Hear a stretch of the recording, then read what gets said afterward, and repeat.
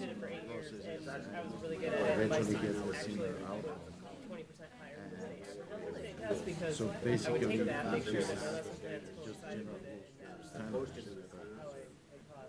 So I really like them, and so I really can't wait to find out what they are as far as developing. Yeah. Adapted to different Yeah, how to get there. resources. The other thing that it would be great is just to see if we can get some like a shared expertise and we can form like a learning community or something so we can learn Directly related to passing test, or is it just basic kind of I don't know because that's what my want to know part is how's it going to help them pass the test with the temperature test. Is it something you can use to guide instructors on? What do these standards look like? I know what case Discipline. Well, what's the 12 And point, these say are 12 point for measurable. them to pass I the, think they're adopted. The Oregon ones are adopted from California, but I'm not positive about that. And my understanding is that they're kind of like clear expectations. Already and clear interesting comments. Because there's so many GED instructors, Yeah, I mean, to they're mirror everybody already having else, pretty discussion much the same. about The only if the experience that I've had with standards standards is quality align with matters. the GED test. Online So that's I'm wondering if that comes up, which I think it will in the larger group. Can you address it? Because I know there's been all that work done around that, so we might as well just Yeah, it's just agreed discuss upon it right in the criteria beginning. that's used for And I think it'll assessment make- of education. And also by standardizing it, it's a push and goal to allow students to understand and also what's expected of them easier. Usually a lot of standards will That's what I say heard, to yeah. have your course outcomes be attainable, and that way students will be able to know how they're attained. Like if Okay, they're very attaining good. the goal or not. And I just think what to know is just I want to figure out what Oregon's take on standards are. That's pretty much it. And like I said, the only experience I had was quality matters, so it'd be nice to see what the difference is on Oregon state level of learning and some national level of online hybrid classroom.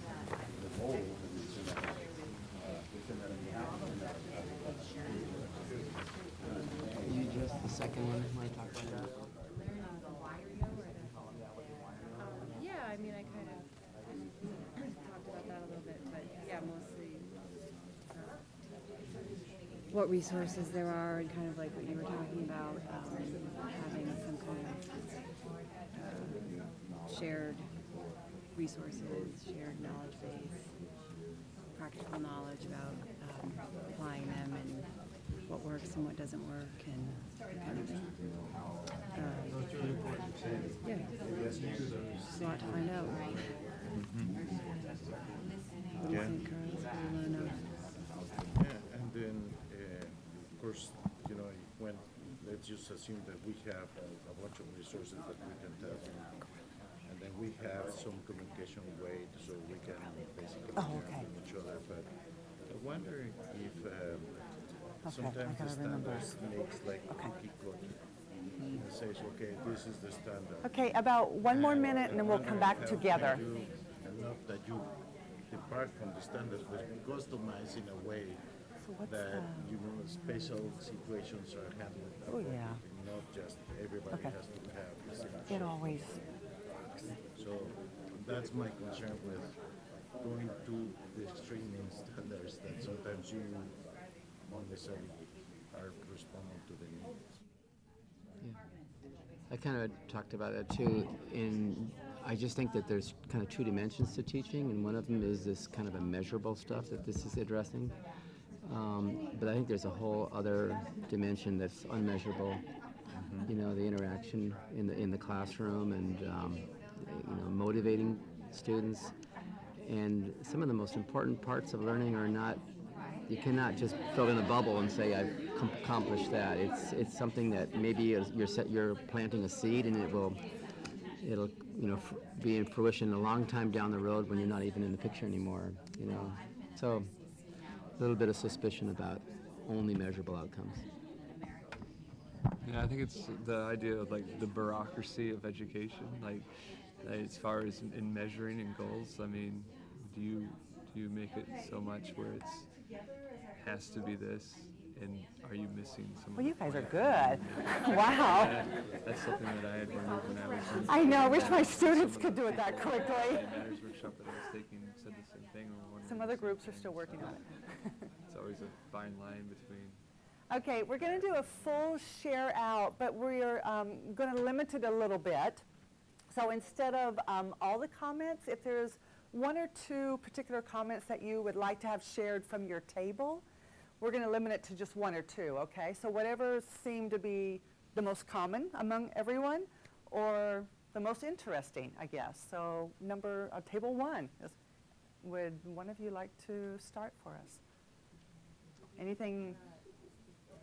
Well, I think that, we kind of have a basic grasp of what we think standards are. Okay. There's not an awful lot of previous experience. Dan probably has more than the rest of us. Our discussion at the end sort of centered around the art of teaching, and that teaching has these two dimensions. One of them is very measurable and outcome-based, but there's a whole other dimension to teaching which is relational and unmeasurable, and we'd hate to lose the second and just only focus on the first. Okay.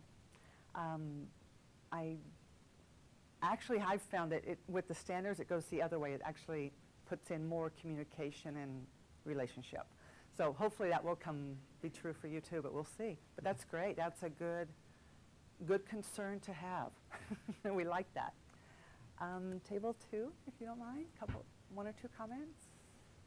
Our discussion was based around the fact that we weren't aware, I think, that we're actually very familiar with them, because many of ours use them already in the classroom, but we don't have the vocabulary to identify, oh, that's a learning standard. Oh, Right. that's a learning standard. So a few of us were like, oh, I don't know what the learning standards are. But then after discussion, we're like, oh, we already use them. We just haven't said these are the ones we need to use. Right. And she was mentioning her background's in education. So she's trained in learning standards. And my background is in first through high school education at a charter school. So even though I wasn't formally trained in education, I'm very familiar with the learning standards. And I presumed that they were already being used. So I was just surprised that, to me, the language is exactly the same as learning outcomes, which are in the syllabus. Okay. Very good. Table in the back. I like how everybody looks at everyone else. Who's going to speak? Some of the issues we were talking about is how to use standards impact in classroom activities, and why do we need to know them. My experience after being on a full-time instructor in the GD program for years, the standards was something that we came up with and then we shelved them as like dust. We never really addressed them. They were done, and then we went on to taught. And so one of the things I want to find out is, how do I really bring those standards into my classroom? Okay. Okay. You'll be able to see a little bit of that today in the examples that we'll be giving. And just remember, this is only an orientation. So there's a lot of layers to learning standards training. So today is like getting your feet wet, but you're definitely not swimming. So hopefully it'll be enough to give you an idea of how that works. Anything else from your table? That's a great comment and a good concern. Okay, then for you, ladies. Lots of good conversation, I heard. We started off talking just basically about what all of our backgrounds were and familiarity or not familiarity with the standards, and then we kind of just talked about a variety of things, like, you could use it as a roadmap and, basically help students understand why we're doing this, because they may be like, well, like she had talked about algebra, why are we doing algebra, and how are you ever going to use that in your daily life, and then there was a lot of examples about how formal education versus like stuff that life lessons they already have, like they don't realize how much they already know about things. Like she had mentioned a lesson she was doing about Ebola and just things that they had already known. And so I guess basically we just came back to the standards and that you still have creativity in your classroom, even though you're told you have to do certain things.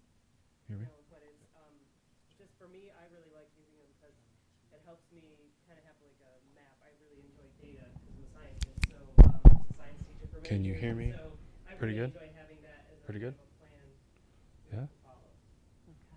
Okay. Okay. Very good. And there was one more comment that I heard at this table that I thought was interesting. Actually, there was a lot. It was the one about how this would help or align with the new GED test. And I don't know if any other GED instructors were wondering the same thing or not, but you guys were, which was a really good concern. And Casey, do you want to touch on that just briefly? And This is a big year of change for us, and one of the changes that's coming at the state level, but it's going to roll down to everybody. You all know that we got a new GED this year, and I think for the most part, people have found that the GED is addressing levels that traditionally were not addressed in our classroom. Some of them are, they're pretty lofty, and the goal is to actually get people ready for college entrance, not dev ed entrance. So it puts them a little bit higher. Because of that, the federal government came to us and said, here's what other programs in the nation are doing. They're aligning with the College and Career Readiness Standards, which is a subset of the Common Core. Now they're all standards. They all have the same basic philosophy behind them. So, if you're really familiar with the Common Core, you're not going to struggle a lot with the Oregon Adult Learning Standards. But the College and Career Readiness Standards address that upper band and says, here's the skills you need to truly be ready to go into college level work. And, it's very entry level, but it gets them a lot closer.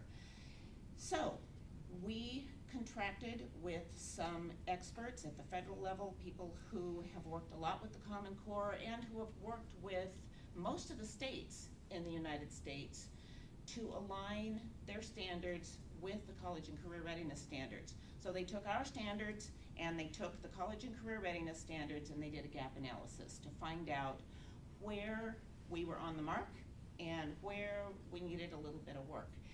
The nice thing for us, in a lot of ways, we kind of are bringing up the rear of the whole standards movement. Most states have been doing standards for a very long time, some for as much as 20 years. But because we didn't do ours until fairly recently, we used the Common Core and the College Career Readiness Standards to help us write our standards. So we're already pretty closely aligned. When they put the two programs side by side, we were in really good shape. But there were still some places, particularly identified around those upper level GED skills, where we needed to fill in a little bit. And so that project right now is ongoing.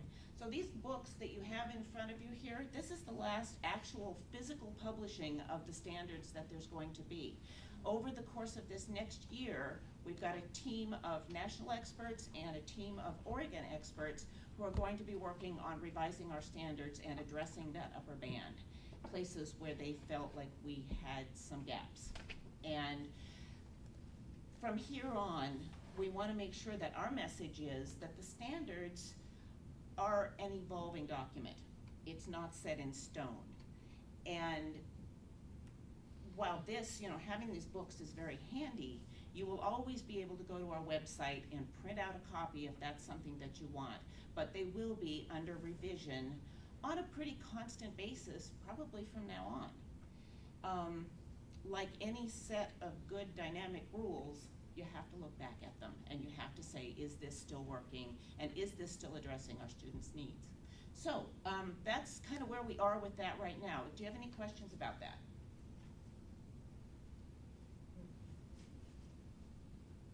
Nothing. Okay. That's great. Carry on. You answered all the questions. And the last table, if you would like to share a comment or two? Kelly knows the Anyone? most about. Okay. What did we talk about? It's been a while. I think we talked about exposure to standards and then primarily speaking to this idea that we're moving towards outcomes assessment overall, and that having those as an end goal is always nice for focus. And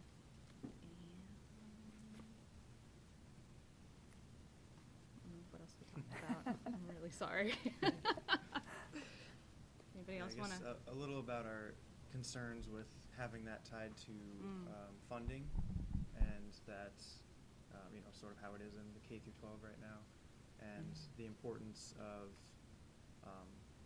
reviewing those outcomes, reviewing those standards, and the way that they're being tested, periodically, so that it's not, you're not losing funding because the standards aren't quite what they should be, and it may be that that there's a problem in the classroom, but it may also be a problem with the testing, how it's being done. So. Okay. Do you teach GED? Mathematics. Okay. Okay. Good comments. And the one good thing about the standards that we have, like Casey said, we're kind of on the end of incorporating these. We looked at everybody's to create our own, which was kind of nice. So we pulled and we looked at what didn't work and what did work, and so we were able to hopefully get the best of the best. Doesn't mean that there aren't little problems with it here and there, but we were lucky that we got to pick and choose whose we wanted to pick from, rather than being the guinea pig who got to try to figure it out all by themselves. So I think it'll work for you. But like she said, everything's evolving. So if you find things that need to be updated or changed, let someone at the state know. It's like, here's my concerns. Okay, with the sheet that you've just worked on, that will be revisited later with Sibel at the end of the day. So for now, you can file it away somewhere, but just keep it with your things, because it will emerge again. So what we're going to head into now, real quickly, is just talking a little bit about what will happen today, and then also a little bit about the history of Oregon's learning standards. So the objectives today tie in quite well with your outcomes that were listed here. Just the language is a little different. So the objectives are that the participants will understand the history and purpose of the learning standards, become familiar with the organization and function of each element of the learning standard frameworks. And just so you know, I know different language will come up, but these are called frameworks instead of books. So from here on out, that's what Sibel and I will be using. So when we say frameworks, we're talking about this. Okay? And the last, we'll explore 2 alternative approaches to using a learning standard framework to guide instruction, and that will be this afternoon, where we'll actually see how it might be used in the classroom. Okay, and for today then, for the agenda, welcome and background, which is what we're in right now, and introduction to the learning standards and the standards-based instruction. Sibel will take us into that very soon. The 4 dimensions of performance will be right before lunch, and then we'll break for lunch. And then there's orientation to the learning standards framework, which will help you understand the layout of the frameworks. And then using the framework to inform instruction. So we'll look at how instructors would use that in the classroom and how it would guide instruction. And then finally, resources, evaluation, and closing. So full day, there'll be a lot of activities and a lot of time for you to talk and communicate with the people at your table. Okay, so moving into basic background. Some of you are very familiar with learning standards. For those who aren't, this is the definition. Learning standards is a statement of what learners should know and be able to do in a particular skill area, which you will see from the frameworks. There's the reading, well, you don't have the writing, but reading, math, listening, and speaking. And there is a writing framework too, which is available online, and we will talk to you about that later. And the learning standard is a statement that reflects a shared vision, what is essential for all learners. And you'll see that as we work through the frameworks, how that's laid out. And besides education, are there other places that people use standards? At UCC, we do Quality Matters, and it's for hybrid and online classes. Okay. So it's standardized national standards along with like outcome assessment, things like that. And in particular, it's for online We classes? use it for online hybrid. Okay. Okay. So online classes, other? Manufacturing, definitely. All the ISOs are standards for either business, administration, or industry. Okay. So it's spread throughout our lives, so it's no surprise that it would be in education too. So this is the model for the standards-based educational system, and you'll see this is dated 1999. So this has been in the works for quite a while. This is nothing new. And it works going this direction. So we have your standards, your assessment, and accountability. And that should lead to clear expectations for students in schools, which should lead to professional development like this, improved teaching, which some of you were hoping would come of this, and program improvement. And the ultimate goal is that we'll have higher levels of learning, which is, I think, what we're all here for. And in the discussion about Oregon's learning standards, we don't date quite to 1999. 2007 was pretty much the beginning for us. So it's actually been a long time in the works. So in 2007, the Directors Council and state staff identified the needs for learning standards. So this was like the first discussion about, this is what we want and need. And this was not from the state down. This was like from directors from different institutions who were saying, we need something. So it came from the bottom up. And it was just the state that brought the idea all together. May 2008, the council accepts the committee's recommendation to develop and pilot learning standards. So that was where it really all began. And then there was a task force in 2008, 2009. And where I got started in Sabelle, yeah, so we were at the same. So we started with the state pilot, 2009, 2010, which has been quite a while ago. And then since then, many things have occurred. In May 2010, the standards were adopted, so we ran the pilot to see how they worked in the classrooms and got instructor feedback at the ground level. And then it was adopted, and from then to now, we have run what's called institutes. So what you're in right now is what's called Learning Circle, and basically it's an introduction to standards and to the frameworks, just how to read it and how to use it.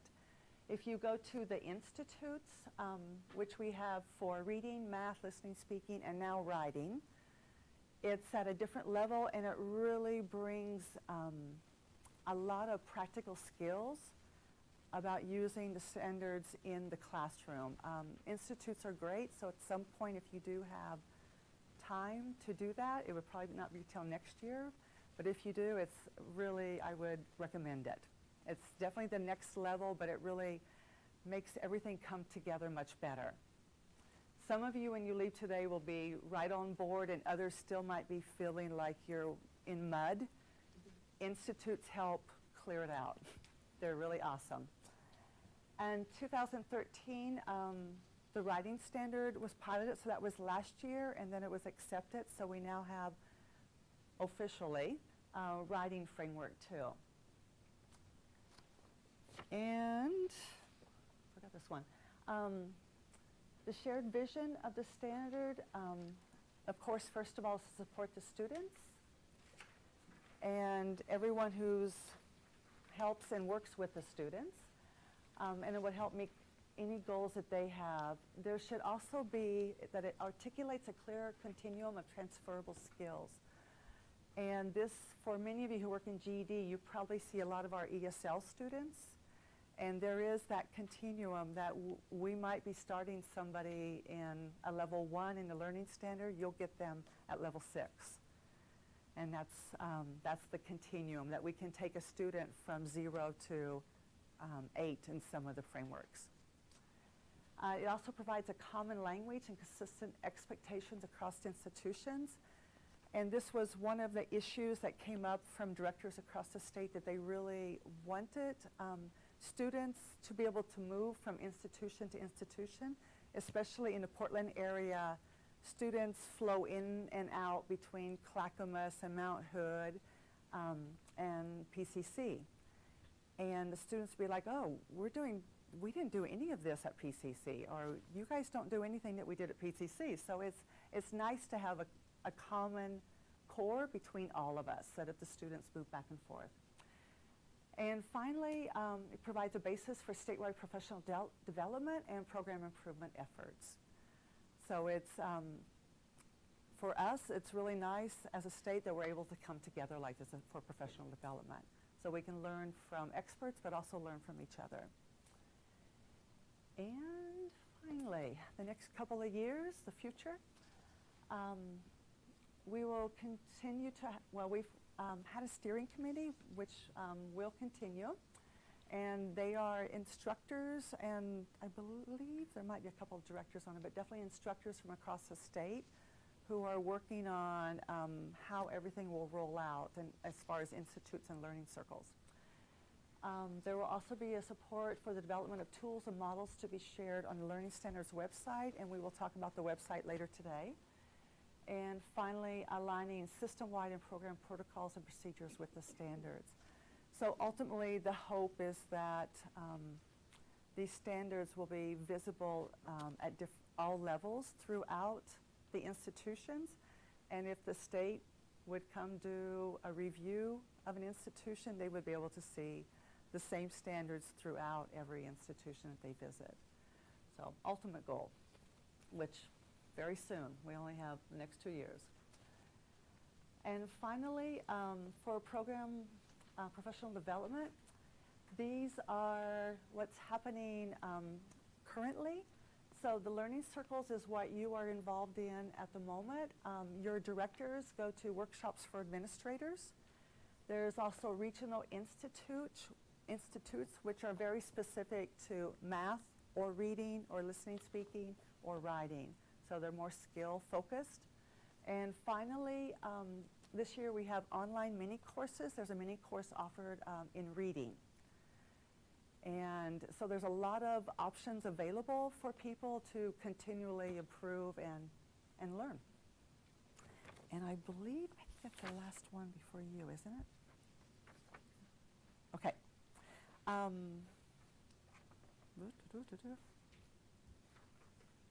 Okay, so I'm going to turn it over to Sibel, unless you have any questions, basic questions about today.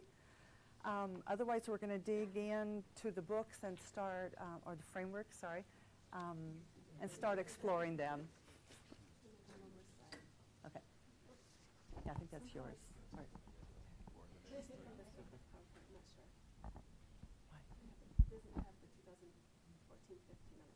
Okay. All right. Let's see. Okay. How y'all doing? Good, thank you. So we're going to start looking at some of the underlying principles that underlie the learning standards. Some people think learning standards are a checklist of things they have to do in the classroom, and it's not that. There are parts of the framework that look like a checklist, but it's not a checklist. Right. So what I'd like everybody to do is take your KWL chart, and just on the back, those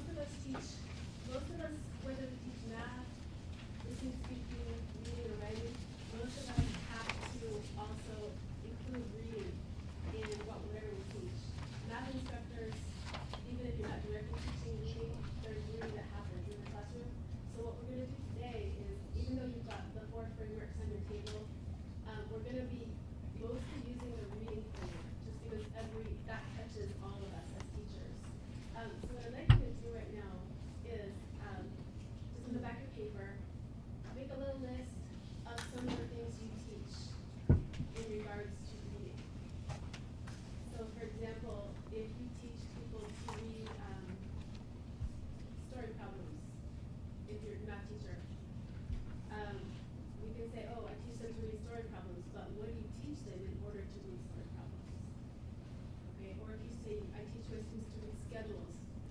But what are the skills that you